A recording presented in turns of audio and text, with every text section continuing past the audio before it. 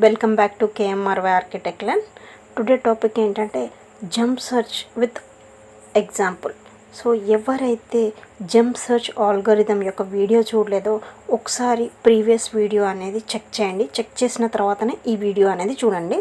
So question ఎలా ఇస్తారంటే perform jump search algorithm on the following data elements. So elements ఏమి ఇచ్చాడు? 10, 20, 54, 100, 1000, 5400. And ఇక్కడ ఒక క్లూ పాయింట్ ఇచ్చాడు. అదేంటంటే సెర్చ్ కీ ఎలిమెంట్ ఎంత అంటే 100 అనేది ఇచ్చాడు.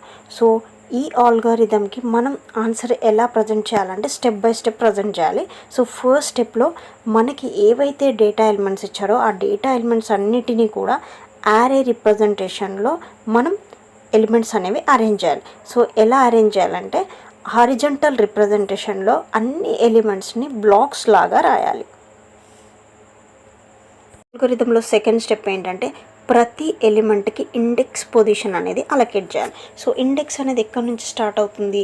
0 పొజిషన్ నుంచి ఎక్కడ ఎండ్ అవుతుందంటే n-1 పొజిషన్ దగ్గర ఎండ్ అవుతుంది. సో మనకిచ్చిన డేటా ఎలిమెంట్స్ అనేవి ఎన్ని ఉన్నాయంటే టోటల్గా 6 ఉన్నాయి. సో లాస్ట్ ఎలిమెంట్ యొక్క ఇండెక్స్ పొజిషన్ ఏంటి? n-1. ఫస్ట్ ఎలిమెంట్ ఏదైతే ఉందో దానికి 0 ఇండెక్స్ అలొకేట్ చేయాలి. తర్వాత 1, 2, 3, 4, 5 వరకు అలొకేట్ అనేది చేయాలి. నెక్స్ట్ స్టెప్ 3లో మనం ఏం పర్ఫామ్ చేస్తామంటే జంప్ సెర్చ్లో ఫస్ట్ ఎలిమెంట్ ఏదైతే ఉందో ఆ ఫస్ట్ ఎలిమెంట్కి మనం కరెంట్ ఎలిమెంట్ అనేది అసైన్ చేయాలి. సో ఫస్ట్ ఎలిమెంట్ ఏముంది 0 లొకేషన్లో అంటే 10 ఉంది. 10 వాల్యూని మనం దేనికి అసైన్ చేయాలి? కరెంట్ ఎలిమెంట్ లాగా కన్సిడర్ చేయాలి. సో నెక్స్ట్ స్టెప్ 4లో మనం ఏం క్యాలిక్యులేట్ చేయాలంటే ఇంపార్టెంట్ సైజు, అదేంటంటే జంప్ సైజ్ అనేది క్యాలిక్యులేట్ చేయాలి. సో జంప్ సైజ్కి ఫార్ములా ఏంటంటే square root of length of array లాగా కన్సిడర్ చేయాలి. అంటే ఇక్కడ లెంత్ ఆఫ్ యారే అంటే ఏంటి? ఆ ఇచ్చిన డేటా ఎలిమెంట్స్ అనేవి టోటల్ ఎన్ని ఉన్నాయో దాన్నే మనం యారే యొక్క సైజ్ అని అంటాం, లేదంటే లెంత్ ఆఫ్ ద యారే అని అంటాం. సో మనకిచ్చిన డేటా ఎలిమెంట్స్ ఎన్ని? టోటల్ 6 ఉన్నాయి.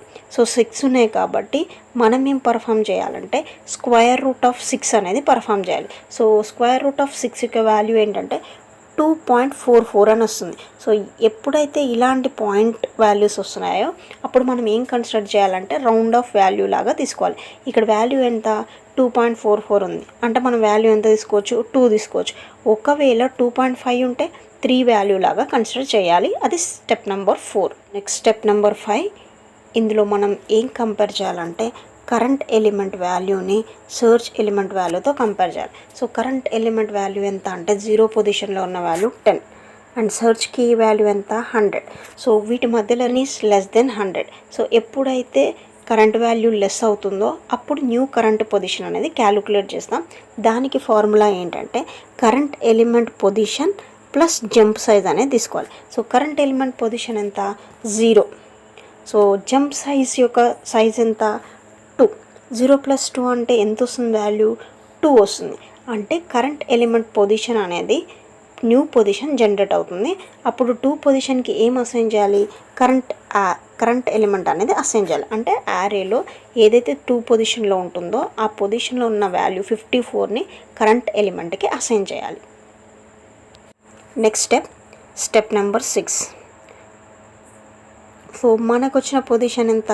2 పొజిషన్లో ఉన్న వాల్యూ ఎంత? 54. సెర్చ్కి వాల్యూ ఎంత? 100. సో ఈ స్టెప్లో మనం ఏం పర్ఫామ్ చేయాలి? కరెంట్ ఎలిమెంట్ని సెర్చ్ ఎలిమెంట్తో కంపేర్ చేయాలి. అప్పుడు రిలేషన్ ఎలా వస్తుంది? 54 ఈజ్ లెస్ 100. ఎప్పుడైతే లెస్ 100 వస్తుందో అప్పుడు ఏం చేయాలి? న్యూ కరెంట్ ఎలిమెంట్ పొజిషన్ అనేది క్యాలిక్యులేట్ చేయాలి. దానికి ఫార్ములా ఏంటంటే current element position plus jump size. మనకు కరెంట్ ఎలిమెంట్ పొజిషన్ ఎంత ప్రజెంట్గా? 2 అండ్ జంప్ సైజ్ ఎంత? 2. సో మొత్తం టోటల్ వాల్యూ ఎంత? 4. సో ఏదైతే లొకేషన్ ఆర్ ఇండెక్స్ 4 ఉందో ఆ 4 లొకేషన్లో ఉన్న వాల్యూ దేనికి అసైన్ చేయాలి? కరెంట్ ఎలిమెంట్కి అసైన్ చేయాలి. అందుకే మనం యారే రిప్రజెంటేషన్లో 4 పొజిషన్లో ఉన్న వాల్యూ ఎంత? 1000. సో 1000ని మనం దేనికి అసైన్ చేస్తున్నాం? కరెంట్ ఎలిమెంట్కి అసైన్ చేయాలి. Next step number 7. సో ఎప్పుడైతే కరెంట్ పొజిషన్ అనేది 4కి అసైన్ చేసినామో 4లో ఉన్న వాల్యూ ఎంత? 1000 మన సెర్చ్ కీ వాల్యూ ఎంత 100. సో వాటి రెండింటిని కంపేర్ చేయాలి. అప్పుడు రిలేషన్ ఎలా ఉంటుంది, 1000 ఈజ్ గ్రేటర్ దెన్ 100. సో ఎప్పుడైతే గ్రేటర్ దెన్ వస్తుందో అప్పుడు మనం ఏం పర్ఫామ్ చేయాలి, బ్యాక్ ట్రాకింగ్ అనేది పర్ఫామ్ చేయాలి.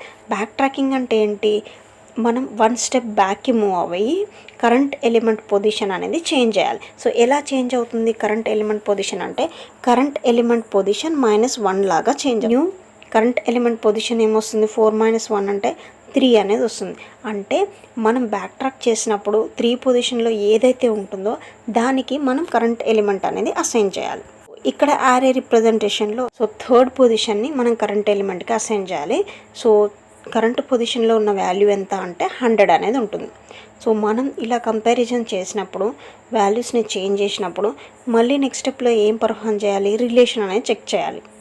కరెంట్ ఎలిమెంట్ పొజిషన్ అంతా 3లో ఉన్న వాల్యూ ఎంత 100 అండ్ మనకి సెర్చ్కి వాల్యూ ఎంత 100. సో ఎప్పుడైతే 2 వాల్యూస్ ఈక్వల్ అవుతాయో అప్పుడు మనం ఏం పర్ఫామ్ చేయాలి అని అంటే, మనకి ఏదైతే కరెంట్ ఎలిమెంట్ పొజిషన్ ఉందో దాన్ని రిటర్న్ చేస్తాము, ఆల్గరిథంని స్టాప్ చేయొచ్చు. Thank you so much for watching this video.